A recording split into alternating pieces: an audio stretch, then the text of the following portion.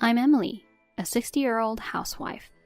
Last year my husband retired, and we've been spending our time together. But I felt it was a waste to do nothing at home, so recently I started working a part-time cleaning job in the mornings. I want to work and earn money while my body still allows. Besides, working outside allows me to interact with various people and helps alleviate loneliness. Emily, here you go. We had a lot of bell peppers and eggplants in the garden, so I'm sharing some with you. Wow, thank you so much. I'm so happy to receive so much. At the cleaning job, there were many people around my age, and I could talk about various things. Some were like me, having too much time on their hands, while others had 10 grandchildren and were quite busy. There was never a shortage of conversation topics, and I always enjoyed my time at work. I have 2 children of my own. My eldest son, John, works for a major automobile manufacturer. He has always loved cars and has said since he was a child that he wanted to work in the automotive industry. 6 years ago, he married Rose, a woman he met through an acquaintance, and now they have a 5-year-old daughter, Julia. Julia was born with a disability in her legs and has been living in a wheelchair. When she was little, it was difficult to find a nursery school for her, and I often took care of her. Initially, she seemed lonely, but now she says she looks forward to seeing me. She has big round eyes and adorable brown hair that's naturally curly. My daughter, Erin, moved abroad after graduating high school to attend university in the UK. She married a British man and now lives in New York. I'm proud of how well she's grown up. That's how my life has been, quite peaceful, but recently I've been facing a certain problem. It's about my eldest son and his wife. When I finish work and check my phone, there are several missed calls from my son. Hello, what's happened? Mom, sorry for the sudden request, but can you take care of Julia? Both Rose and I are busy with work and can't look after her. The call was about suddenly needing me to take care of Julia. That's fine, but I just finished work and can't get there immediately. Even if I hurry, it'll take at least 30 minutes. That's okay. Then, see you in 30 minutes. Saying that, my son quickly ended the call. Lately, I've been getting a lot of calls from my son asking to take care of Julia. Rose works the same part-time job as me, yet she often leaves Julia with me even on her days off. According to Rose, it's because taking care of Julia, who needs a wheelchair, is tough. Indeed, caring for a child in a wheelchair might require a lot of physical strength. There are times when one would want to take a break. With that in mind, I headed to my son's house. When I rang the doorbell, Rose came out. Sorry, mother-in-law. Actually, 2 people at work called in sick with a cold. I really had to go. I see. That's tough. I'll look after Julia, so you go ahead and focus on your work. Thank you. Well, I'm off then. Not only was the increase in calls for my son concerning, but I also felt a certain discomfort towards Rose. Rose's job is supposed to be in a restaurant. Restaurants usually have strict rules about makeup, hair color, and nails. But lately, Rose's makeup has been heavy, her hair color bright, and she even has subtle nail polish. Not all restaurants prohibit nails, and some may allow them if the job is just to serve food. Maybe my way of thinking is outdated. I couldn't help but mutter to myself. Julia, Grandma is here. Julia? What happened? That bruise? I was surprised to see a large bandage beside her eye and couldn't help but raise my voice. I fell from my wheelchair earlier and hit the table. Fell? Were you trying to reach for something? Yeah, that's when I fell. Julia was smiling while saying this, but she seemed pale. Could she have hit her head? I decided to ask my son about Julia's injury. Yeah, I heard from Rose. Apparently, a butterfly flew into the room while she was doing laundry, and she fell from her wheelchair trying to chase it. A butterfly?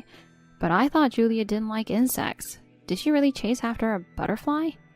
I don't know. Girls her age change their minds frequently, don't they? But she looks pale. Shouldn't we take her to the hospital? For something like that? No need to go to the hospital. It'll heal on its own. If she throws up or faints, then we'll take her. Otherwise, it's fine. After saying that, my son, citing his busy work schedule, hung up. Doesn't he worry about his daughter's injury, whether a scar will remain on her face, or if her condition might worsen? Julia, if you feel sick, tell Grandma, okay? I'll take you to the hospital right away.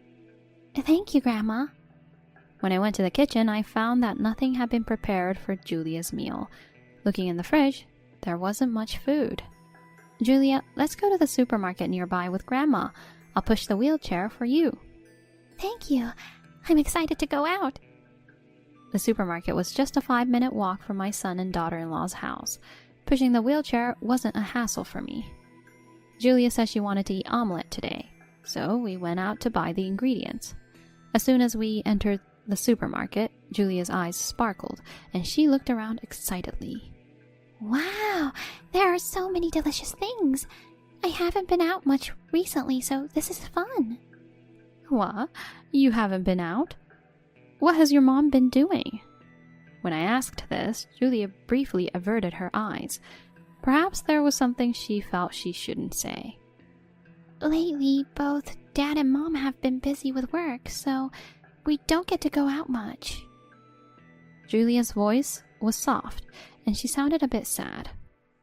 I see. You must feel lonely. If Grandma is okay, I can take you out any time. Hearing this, Julia's face lit up again, and she answered with a yes. When we got home, I made omelet for Julia. I used to make it often for my children, so I'm quite good at it. I topped it with fluffy eggs and drew a little ketchup art.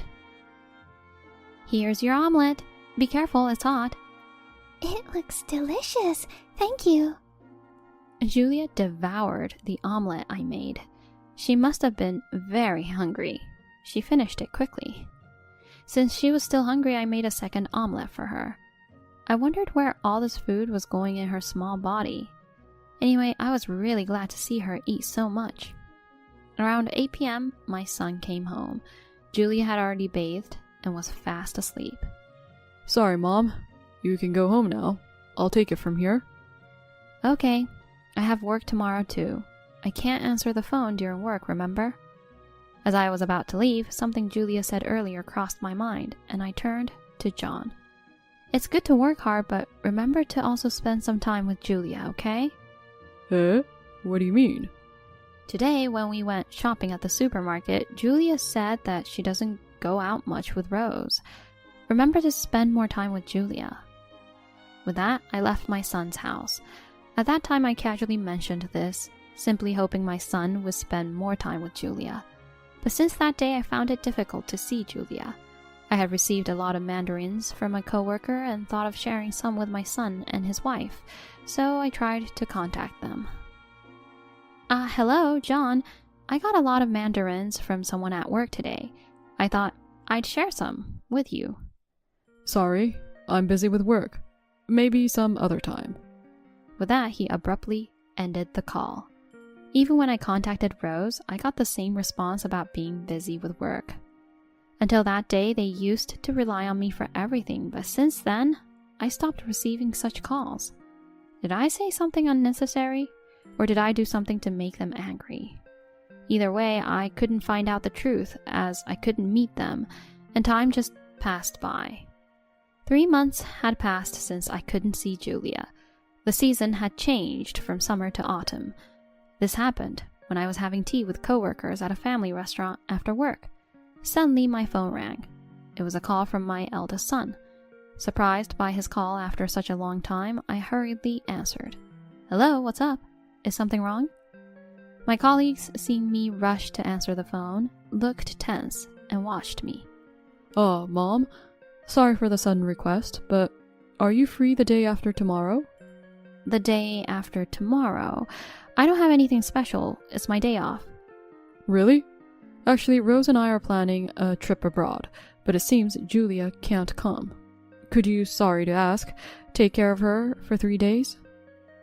I answered the phone thinking something might have happened, but it was just a request to look after Julia like before.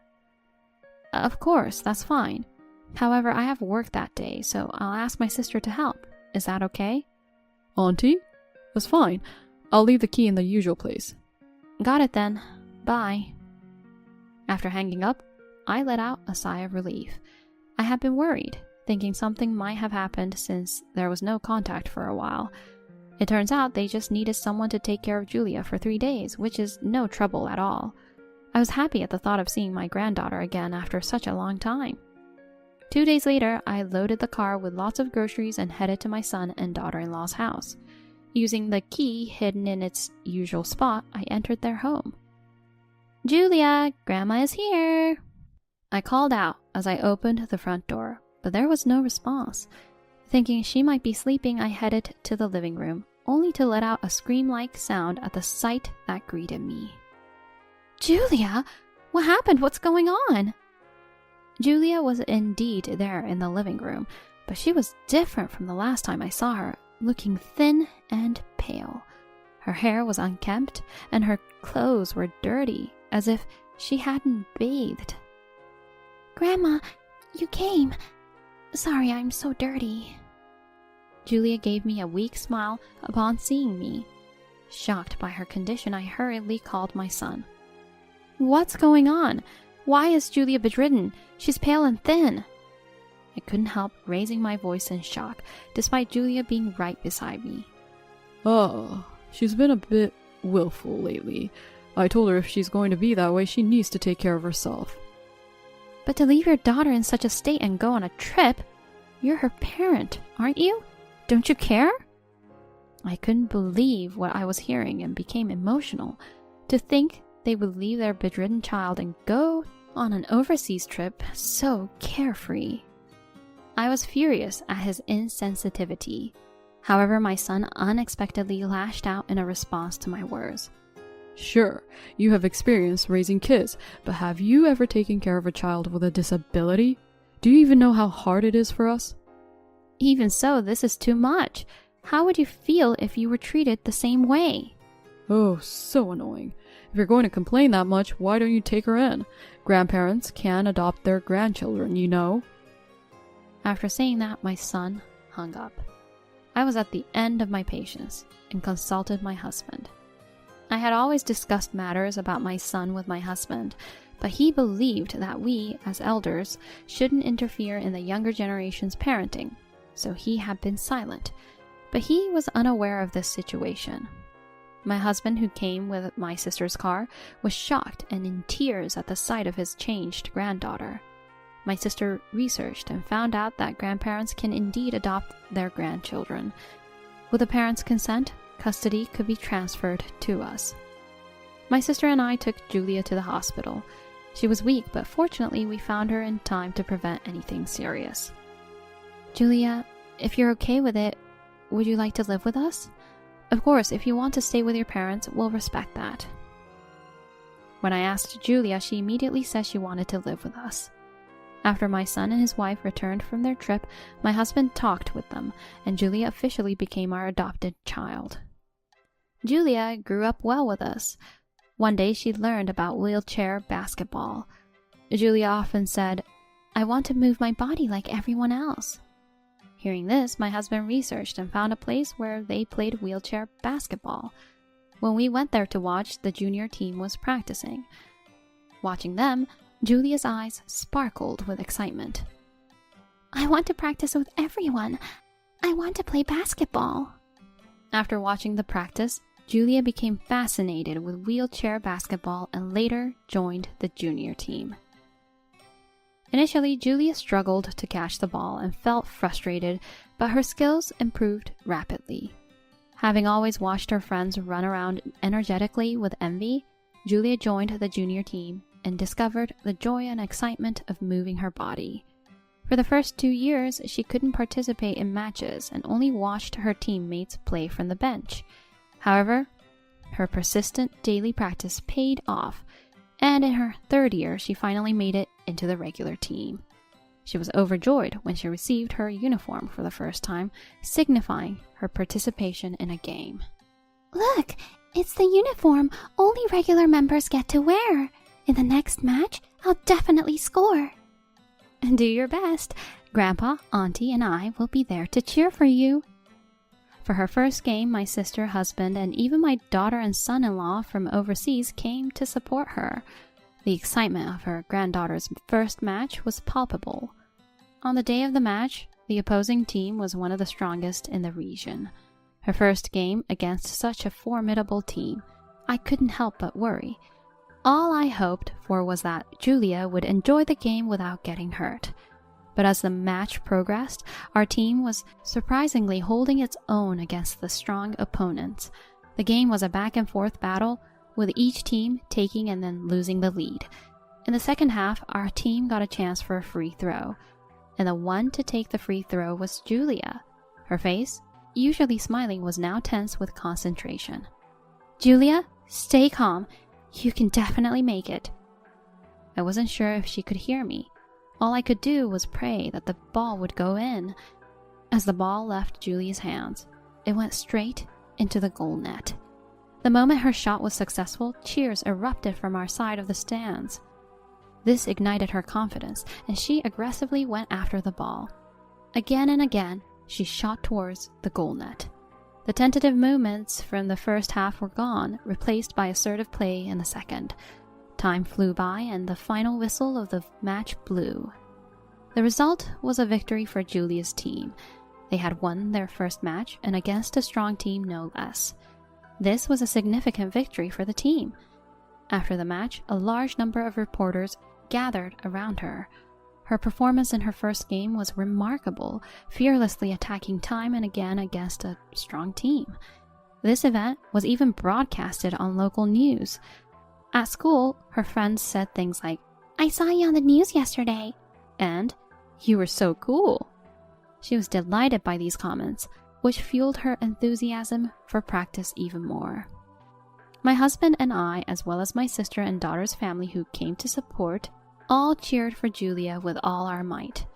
Although my daughter's family lives overseas, they came to support whenever they could.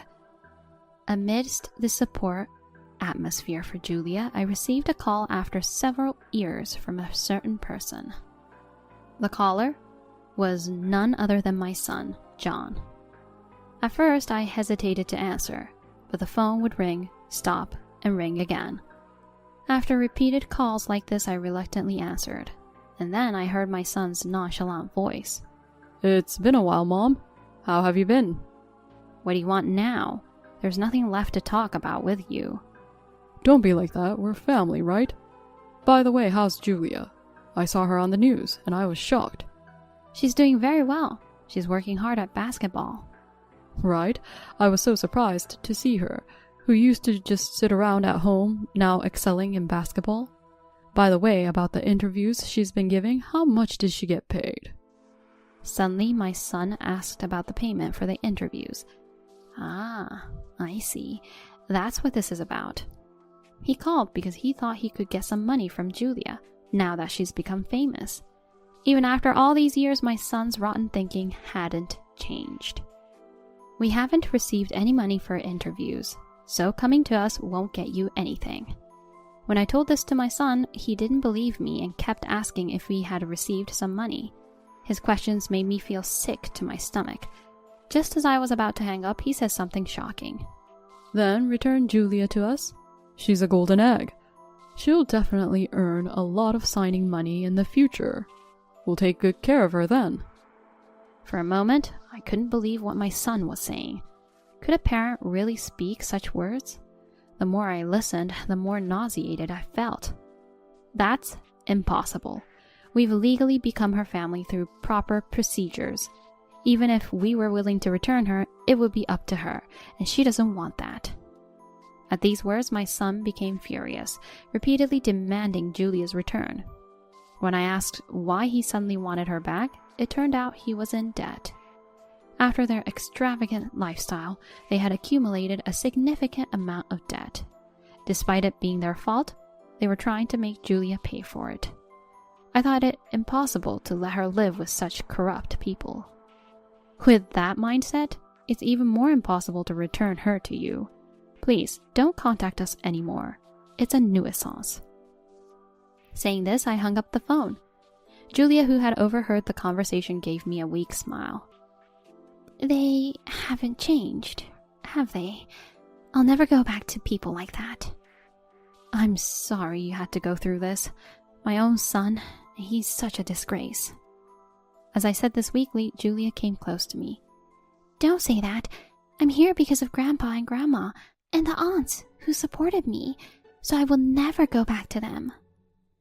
Julia's face, now firm and confident, was completely different from when I first took her in. 2 days after I blocked my son's calls, he and his wife showed up where Julia was practicing. Everyone was surprised to see unfamiliar adults walk into the practice session. Julia, it's been a while. Sorry for leaving you alone for so long. But it's okay now, right? Let's live together as a family again? Mommy was always thinking about you, even when we were apart. But now you don't have to feel lonely anymore. Let's live together again, okay?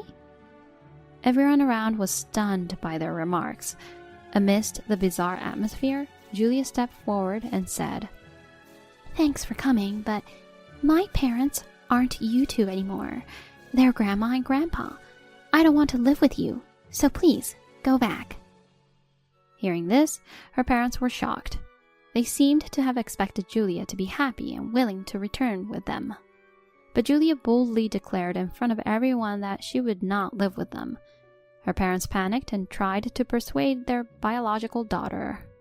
However, she refused to listen, and in desperation, my son forcibly grabbed Julia's hand, attempting to take her to their car. Seeing Julia's reluctance, the coach, sensing danger, called the police. The arriving officers took my son and his wife to the station for questioning. Later, I received a call from the coach explaining what had happened. Thankfully, I had previously informed the coach about Julia's complicated background, and I was grateful for their decision to call the police. Subsequently, a restraining order was issued against my son and his wife, preventing them from approaching us.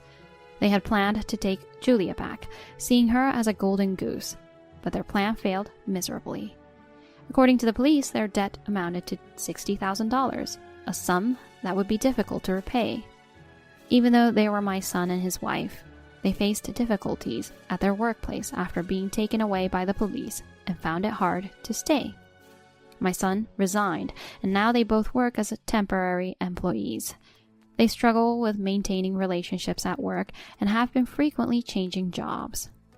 Meanwhile, Julia continued to excel, leading her team to victory.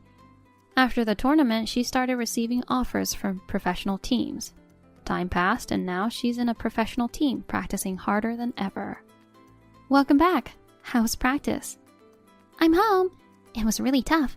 My legs and arms are so sore, but I'm working hard to contribute to the team as soon as possible. The amount of practice she does is incomparably more than what she did in the junior team, but her face always shines brightly.